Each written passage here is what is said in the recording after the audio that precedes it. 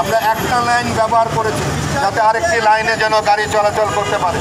এরকমভাবে প্রত্যেকে আমরা যদি অন্যের কথা ভাবি, অন্যের চিন্তা করি, তাহলে দেখবেন যে দেশটা সুন্দর হয়েছে। তাহলে দেখবেন যে আমাদের মধ্যে যে সংস্কারের দরকার, যে পরিবর্তনের দরকার, সে পরিবর্তন আমাদের মধ্যে আছে।